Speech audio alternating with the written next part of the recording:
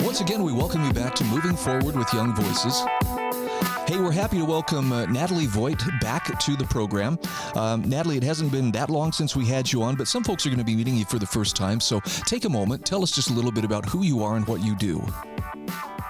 Yeah, so my name is Nathalie. I'm a freelance contributor, writing contributor, and I went to UF, to the University of Florida. I studied political science and history. I also got a minor in philosophy, not that that's super important, but I'm based in Switzerland right now, and I'm excited to be a part of the Young Voices program. Well, I'm looking at an article that you had published in counterpunch.org, and it's interesting because I just was having a conversation with some folks the other day about there's a lack of confidence in the Supreme Court. Some people are really having doubts. Can we trust the court? Is it time, that maybe we create a code of conduct for the court? And your article addresses this, that there are concerns about the ethics of members of the Supreme Court. Help set the stage for us. Where do those concerns come from? Is it just Clarence Thomas and his relationships with his friends and, some undisclosed trips and things like that, or does it go deeper? It goes deeper. So Justice Samuel Alito is also implicated in some ethics scandals. And then just now they released ProPublica published another update to the Clarence Thomas case. I'm pulling it out right now. And they say he has attended at least 2 Koch donor summits. So the Koch brothers, the conservative brothers who donated billions of dollars to conservative causes. And just 4 days ago, literally September 22nd, they're saying Thomas he attended 2 of those summits, and the Koch brothers have brought multiple cases before the Supreme Court. And then also they implicated Justice Sonia Sotomayor for selling her books, kind of like using her position in the Supreme Court to sell her own books, and then Justice Alito. So it's not just Thomas.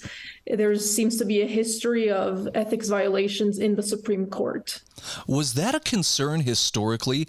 I'm curious, can we go back, to the Supreme Court from the country's founding and find that there were similar concerns? Is this more of a recent development? I believe it's more of a recent development. I would have to check the full history of all the Supreme Court justices, but there would have been more news about it, like if it had been going on in the past. So it seems to be more of a recent development due to the lack of ethics rules in the Supreme Court, the lack of a formal and constitutional requirement for them to have ethics rules. And in a sense, they seem to be above the law because there's no legal requirement for them to have an ethics committee or to have an oversight panel. They seem to be exempt from the law. Nathalie, that's something you actually point out in your article. The Supreme Court's the only court in the country that doesn't have an official code of conduct. And it makes me wonder, why didn't the founders include that? I mean, I'm not asking you, please tell me why, but that's curious, isn't it? Because other courts, it seems like that's the norm. But for the Supreme Court, given its stature, it seems like that would have been kind of a necessary thing. Yeah, I'm not exactly sure. I can't go back and I wish I could speak to the founders today, but I'm thinking it might be because they wanted the Supreme Court to be completely isolated from politics, from anything to do with Congress and all these political, how do I say it? Like the outside influences. Yeah, exactly. And in this sense, they wanted them to be completely independent. So even though it seems like that, because they put so many checks and balances on the other branches, it seems like they would have done this here. But at the same time, I can understand maybe why they would have done that, really to maintain that independence from the political how do you call it? Like you said, the political influences. And there of are the plenty. day. There are plenty of those influences at work in Washington, D.C. So what is the likely solution? What do you see as a likely path forward to address those concerns? Yeah, I think they should establish an independent oversight panel. I think that would be the best thing. That way they have a third party observing whether they maintain impartiality, institutional impartiality, and whether they can hold each other accountable for ethics violations. So even though that's not explicitly mentioned in the Constitution, I think in terms of the spirit of the law and what I think the founders would have wanted, would obviously be to hold them accountable as well. So I think definitely an oversight panel is needed here. And if you wouldn't mind, just kind of walk me through, where would they draw the members of that oversight panel? I have this concern. This is the reason I'm asking. It seems like politics is so ubiquitous. It's just everywhere. Where are they going to find people that, aren't politicized in one way or another? I'm sure it can be done. I'm just not sure where to look. Yeah, there are maybe, I would say, retired federal justices from other courts, from the lower courts. I think that would be a good source to draw from, because they have the experience and they have no incentive towards impartiality. They're retired already. So to me, I think the best people they could draw from would be retired federal justices, because they know the law. They have, so they are subject to all the rules that the Supreme Court claims to adhere to. They are subject to all the judicial conference rules. So they know exactly what they're legally allowed to do and not do. So I think that would be the best solution here. So I have to ask this too, as far as a system like this is put in place, now they can be held accountable. What does that accountability look like? I mean, could they be impeached from the Supreme Court or removed from the court if they violate those ethical rules? I think, yes, that should be the case. So I think the same system accountability would look like in this case, whatever accountability looks like for federal justices, where the laws do apply to them and they can be impeached or removed from the court. So I think that's fair, that they are subject to the same accountability that other federal justices in the country are. I agree with you. Thomas, there would have to be, I can't say prematurely. It's very suspect considering the allegations, but there should be ideally there would be an independent oversight panel now to analyze everything in detail and determine whether he should be removed or impeached from the court. I agree with you that there should be transparency and there should be accountability. I do have the concern, and again, this is based on the political atmosphere in Washington, D.C., that any kind of accountability or oversight committee or any suspicion of ethics violations could be abused. And I don't know, is that something you'd like to address? How do we keep people from building mountains out of molehills, just to try to get, we don't like that justice, or we want to get a more progressive justice on the court, so let's see if we can get rid of this one. It just seems like it could open the door to spurious claims. Right. I think if there was a way to ensure that the justices that are chosen have a history of nonpartisanship, that they aren't actively involved in any politics, I think that would be one way. I'm also thinking there could be a second committee to oversee, but I don't know if that gets too complicated. But I would also say if the laws or maybe if we keep those federal justices anonymous, and within their work or within their evaluation of the justices, I would like to say that they should not be able to speak to the press. Like, they should maintain anonymity, and that should be a rule, that they aren't allowed to reveal who they are and to speak to the press about it, because that would definitely affect impartiality. Okay, one more question. We've got about 1 minute left, and that question is part of this due to just the whole political atmosphere in Washington? It seems like everything is much more intense, much more polarized and volatile than it was.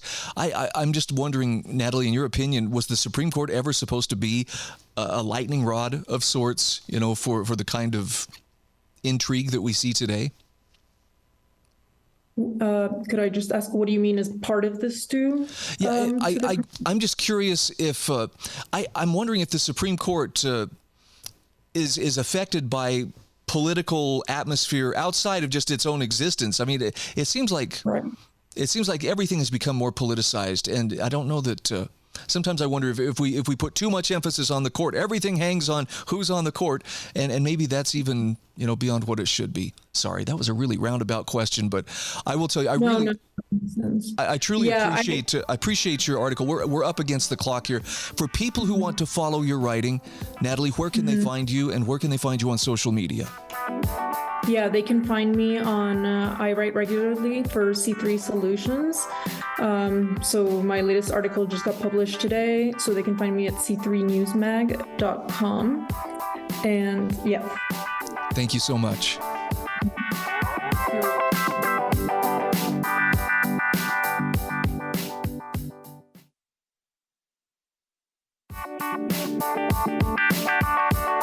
Welcome back. This is Moving Forward with Young Voices, and we are happy to welcome Noah Gould back to the program. Noah is a Young Voices contributor and also the student programs manager at the Acton Institute. There we go. Noah, good to see you. Thanks for having me, Brian. So I'm sure I've left a few things off here. Take a moment. Tell our listeners a little bit about yourself, who you are, and what you do. Yeah, so I work for the Acton Institute for the Study of Religion and Liberty, and I run our student programs as well as our alumni outreach.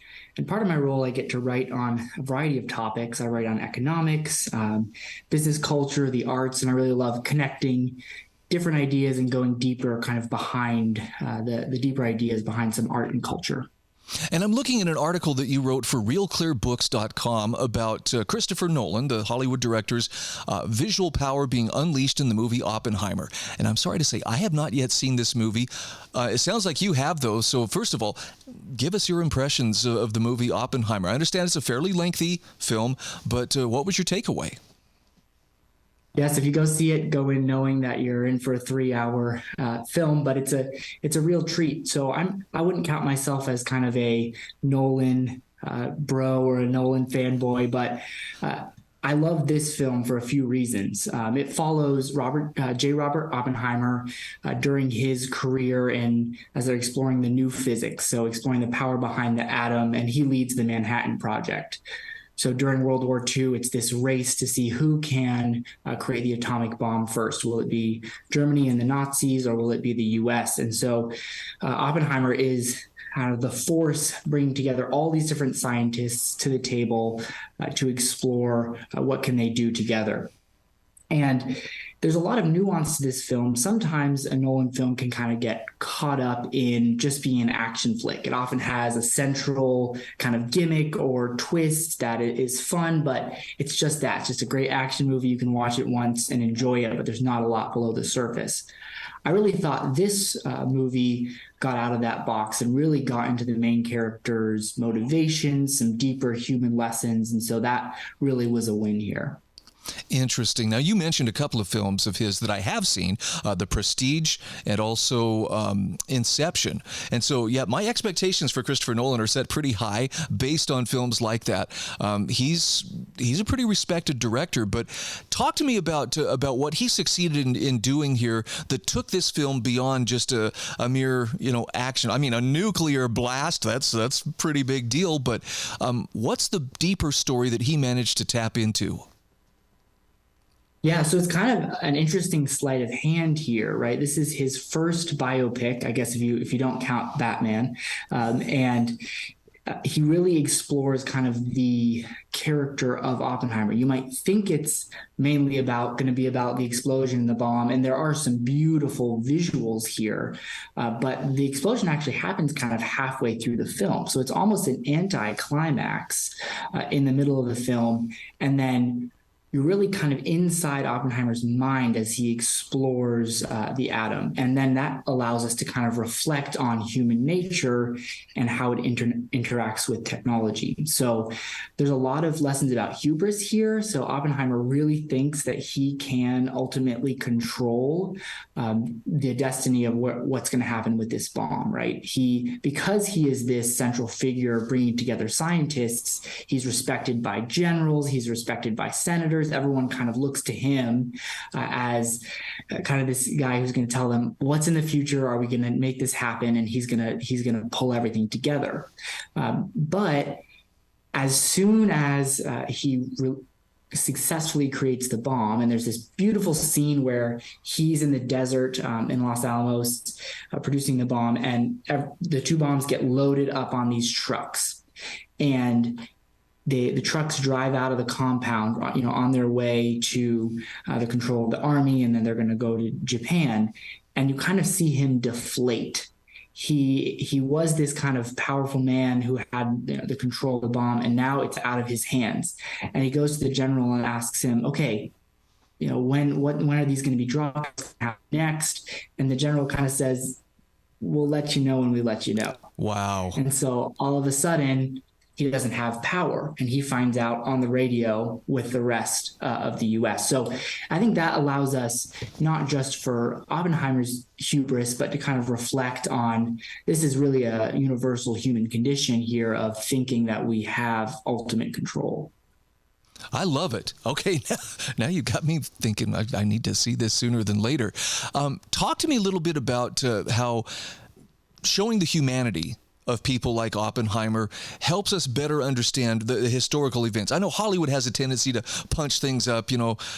Pearl Harbor, from 20-some years ago was a really good example. I mean, they were just about this much short of having, FDR fist fighting Tojo on the deck of the Arizona. Yes, yeah. Yeah, it was just, but it sounds like this movie strove for historical accuracy, but at the same time really tried to bring some humanity to real people that we've heard about, read about, but may not have understood so well. Yeah, I think it gets a lot of the historical facts right. One thing that it probably changes slightly is it really shows Oppenheimer having a huge amount of angst before the bomb is dropped about whether to drop the bomb and whether they should do it. Is this the right move? And what Nolan probably did is just combined all the different opinions of a lot of different scientists in one man. Oppenheimer in the historical record seems to have more angst after the bomb is dropped and more regret afterwards, where he kind of campaigns against nuclear proliferation. So that's maybe one thing we could quibble with. But as far as the historical narrative, we see how I think there's some balance to that decision that they had to make to drop the bomb. We see, Oppenheimer basically says, well, if we don't do it, the Nazis will. And so there really isn't a choice here. So that is what a lot of people during that time thought. But then I think it also grapples with the fact of the bomb dropping and what that means for us as humans in a real way, a powerful way. And it uses the visual medium to do that. One way that it balances the historical facts versus kind of the subjective experience of Oppenheimer, and this is a classic kind of a Nolan trick, is he uses color, and whenever the movie's in color, that is kind of Oppenheimer's subjective experience, thinking about the atomic power, thinking about the bomb before and afterwards. Then whenever the movie is in black and white, that is more of a historical narrative, Senate hearings and things like that, of things that happened. So he kind of balances these two narratives, I think, in a very clever way. Something you pointed out that I found really insightful was, Oppenheimer definitely wants the credit for the scientific advances, but he doesn't really want the responsibility for where those scientific advances led. And you make the case that this is a great chance, not just for, the geniuses among us, but all of us to contemplate the concept of hubris and where we might find it in our own lives. Exactly. I think there's a quote from C.S. Lewis that really sums this up well. He says in The Abolition of Man that man's power over nature turns out really to be a power exercised by some men over other men. And so this is back to this idea of we can reflect on, we each think we kind of have ultimate control, but these technologies do have a way of having an unexpected arc over their life. And there are parallels even in our time, as you point out, in the 1940s, the mysteries of the atom were unlocked. Today we have, technology through social media and so forth, but it's a double-edged sword, so we probably should proceed with caution. And I love that you bring the human nature aspect into this, where this isn't just about people on a movie screen. There's something we could each learn about ourselves in the process. Yes, exactly. Technology can change some things, and it can make our lives better, change our quality of life in some good ways. But I think we do need to remember that human nature, some of these fundamentals just will not change depending on the whims of this technology or that technology. All right. Once again, we are talking with Noah Gould. He is a Young Voices contributor as well as the Alumni and Student Programs Manager at the Acton Institute. Noah, for folks who want to follow you, where can they find you on social media? Where can they follow your writing? Yeah, so I have a Substack that I'm working on setting up, so you can subscribe to that at gouldstandard.substack.com, or you can find a lot of my writing on acton.org.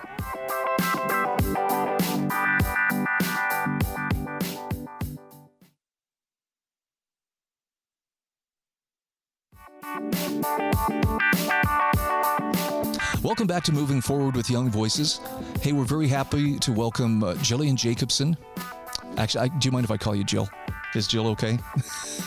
I go by Jill. In fact, I think my mother's the only one that calls me Jillian, so either or is fine. This is what I get for looking at the Zoom screen and not your byline. Jill is joining us as a Young Voices contributor, and Jill, I'm going to ask you, take just a moment for the sake of listeners who are meeting you for the very first time.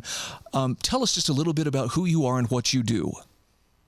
Definitely. Thanks for having me back, Brian. I am a third-year law student at Boston College Law School and a contributor here at Young Voices, and I will be a clerk on the Southern District of Florida next year after I graduate. Very nice.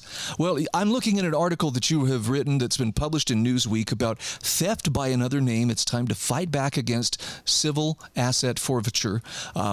This is a topic that I think is near and dear to my heart, and I hope more people get informed on it. When we talk about theft by any other name, I don't think you're using hyperbole to describe this. Talk to us about civil asset forfeiture, and why is it accurate in many cases to refer to it as theft? Sure. So very simply, civil asset forfeiture is a law enforcement tool where officers can seize property that they merely suspect to be involved in the commission of a crime, even if it's not used in the commission of a crime by the owner. So importantly, that means that they don't have to charge you with a crime, and much less do they have to convict you with a crime. So what oftentimes happens is that they seize property that they suspect was involved in a crime, but then criminal proceedings never follow. So people are innocent and their property is in custody of law enforcement, and they have to take it upon themselves to initiate proceedings to regain it.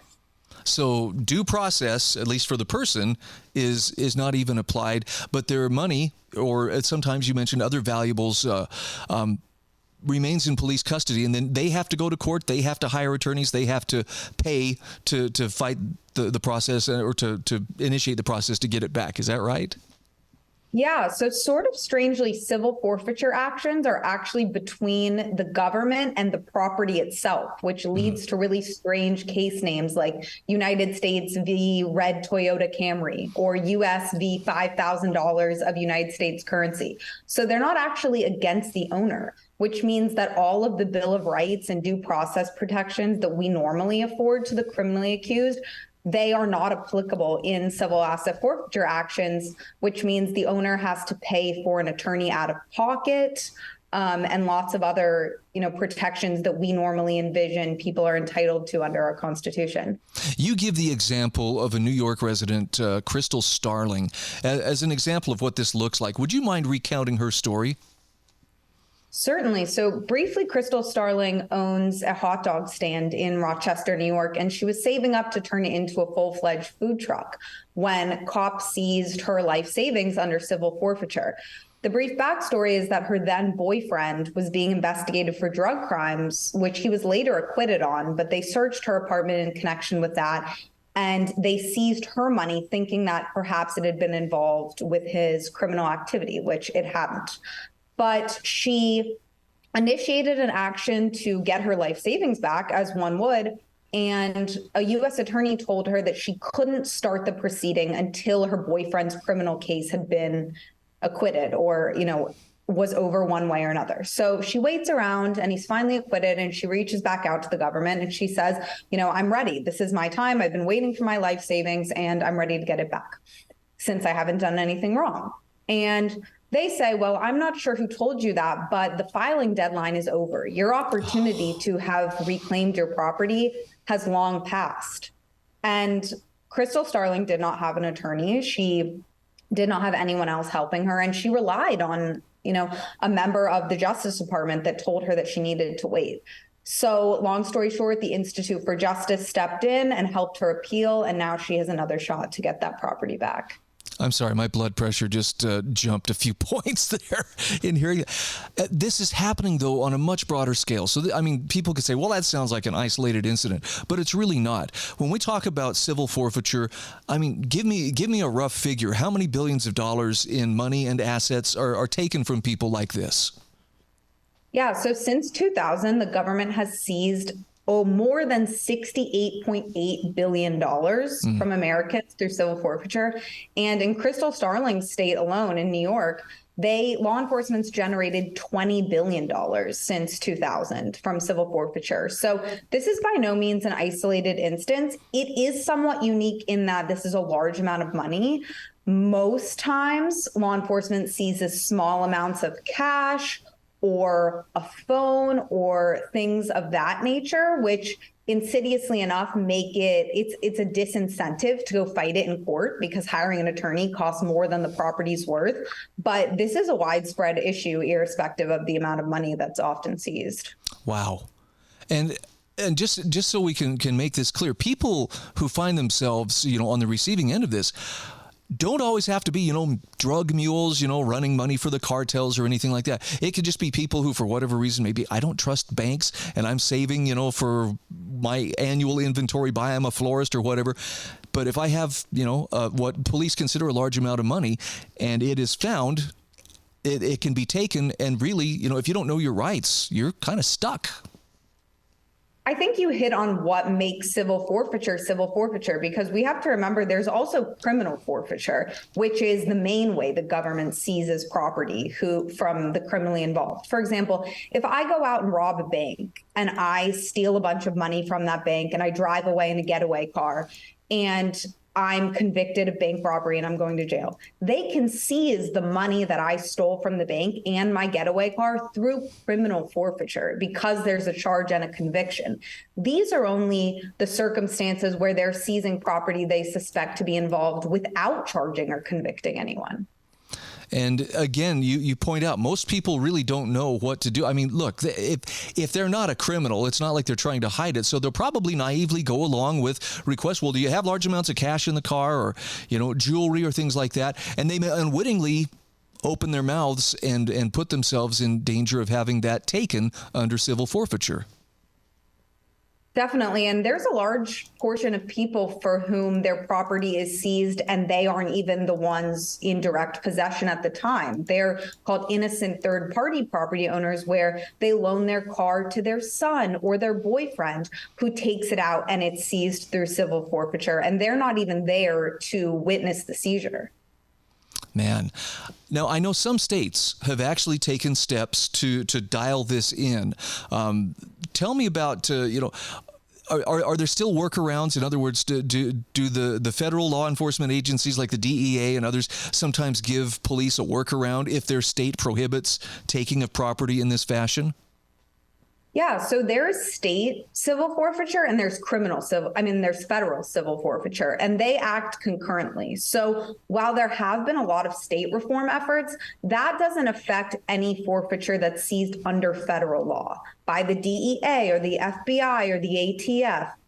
This all is under federal law, which has experienced very little reform. There's a current bill called the FAIR Act that's before Congress right now that has the power to make some serious reform. But on the state level, it is a completely separate system. There are times when they interact with one another, but you can largely conceive of them as two separate systems working concurrently.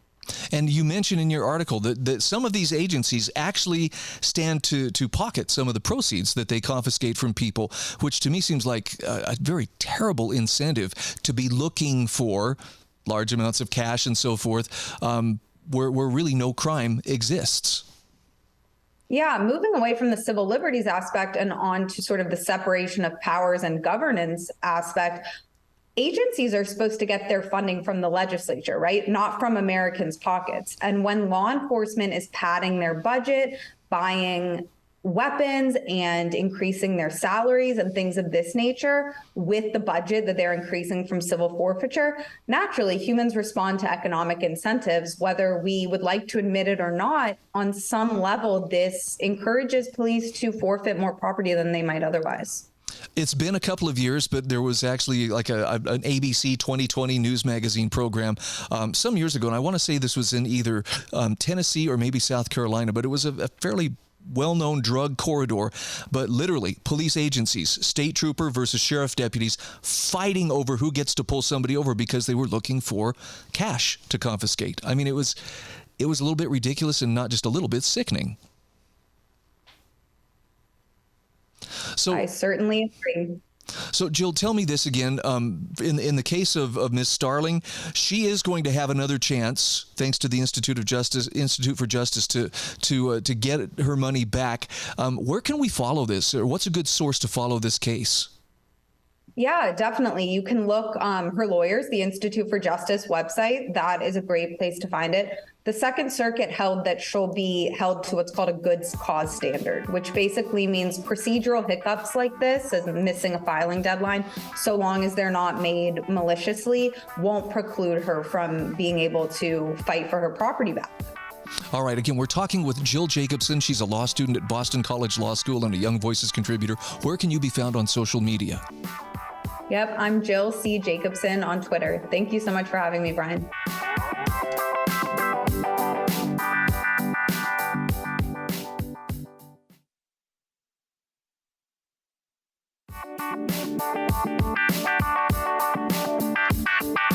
Welcome back. This is our fourth and final segment today on Moving Forward with Young Voices.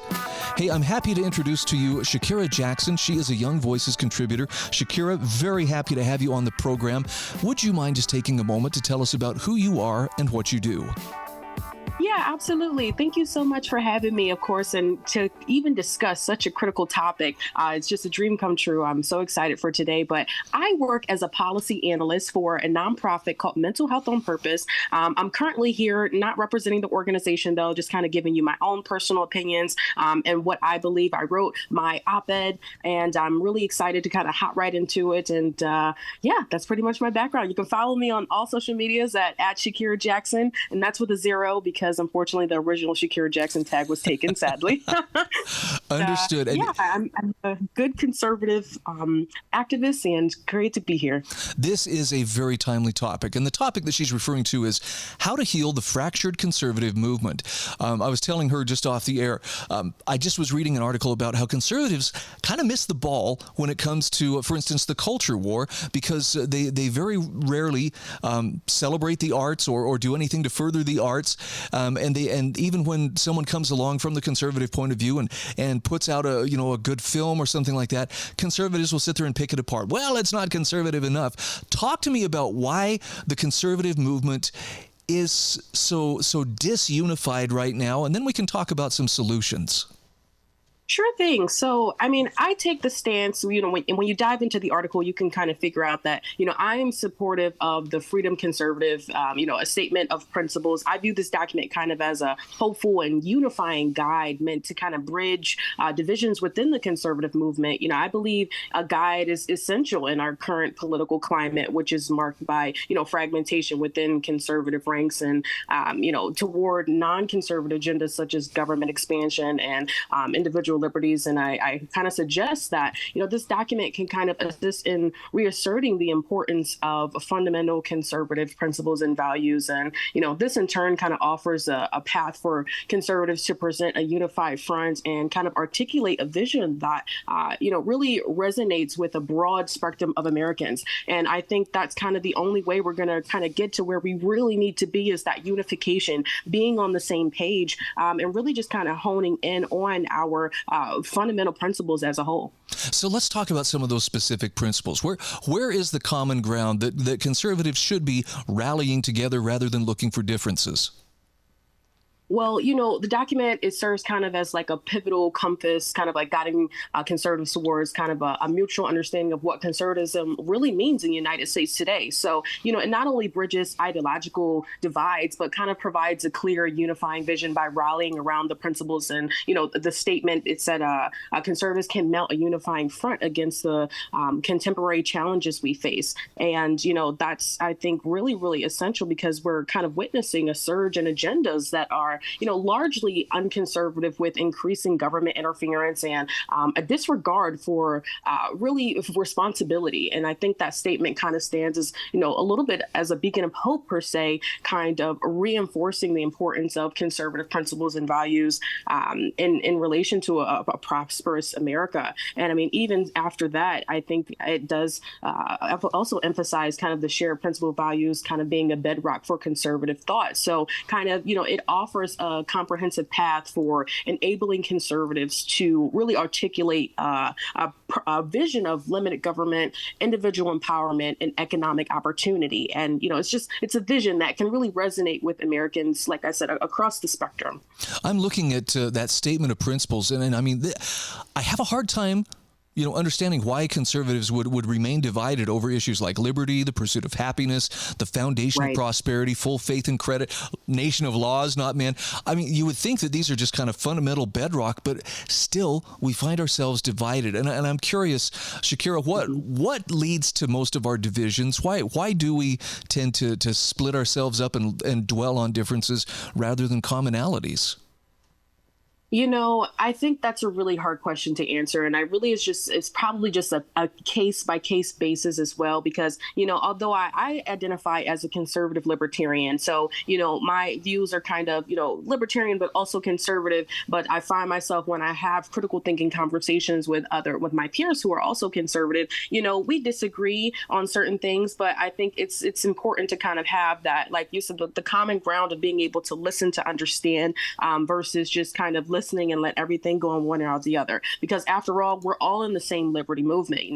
I feel like we're all at some point for the same things. It's just kind of the way we get there, and that's only gonna work if we have that sit down, those conversations, and the reevaluation of what it even really means to be a true and a proud American and conservative. And I think that's what this country was really built on. The Constitution, the fundamental principles, and we really just kind of need to return to our roots, and that's how I think we'll find our way.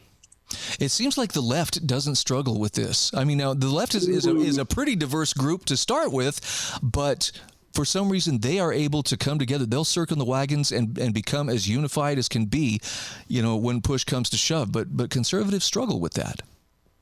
Yeah, I 100% agree. And you know what? That's probably why we are where we are with the voting and the polls and, who's being elected right now. I think it's just one big circle. And I think the left definitely does, a great role in kind of looking out for each other a little bit more. I find, when things go left for other conservative, even thinking to the political world, right? Where for conservative candidates and, Republican candidates, when things go left, we're kind of like, all right, well, I guess it's time to pack up and leave. I find the left, they'll stick up beside, they'll stick beside their people. Kamala, she trashed Biden in their debate going back and forth. And then the guy, he elects her as his, VP. So it just comes to show, they know the game, right? So it's really, I think, a strategy. I always like to say, there's a method to the madness, but I don't necessarily think that we should even try to mimic what the left is doing, because it's more so just they're power hungry. I think, as I mentioned,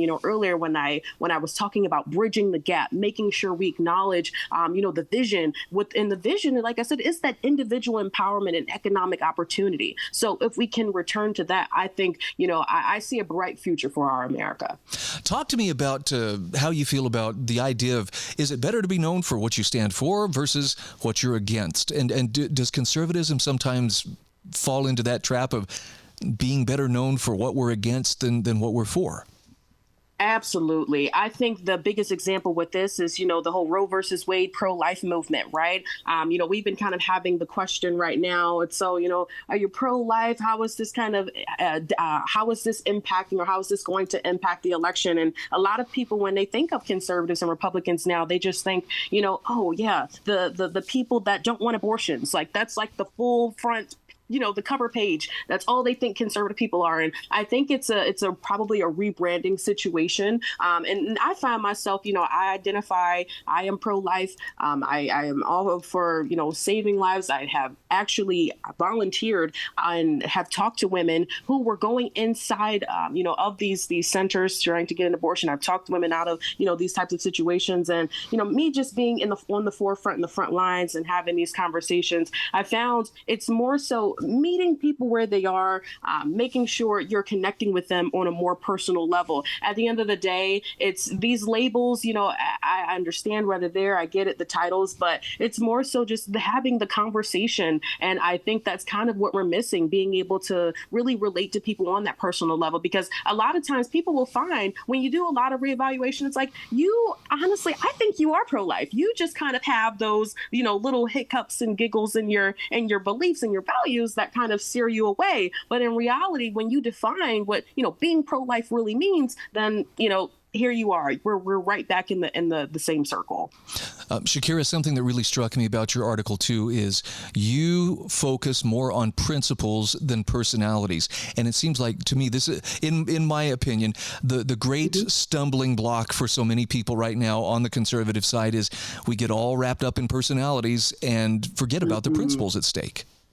Yes. Absolutely, for sure. And I think it just has to do with the political arena and how, polarizing a lot of stuff is as well. And that's why I always try to emphasize too, like, return to your facts. Like, there's so much misinformation out there. There's so much disinformation that exists. And it's kind of hard to really figure out your true stance on things, because there's just so much divide and so much just, blur out there. So really just important for you to do your own research and come up with a thought on your own. And even I feel like education in schools, they play such a critical role in this. And it's so sad to kind of see where our education system is going with this as well, because you should be able to learn how to come up with your own thought when you're in a classroom, not be polarized, by someone else's opinions.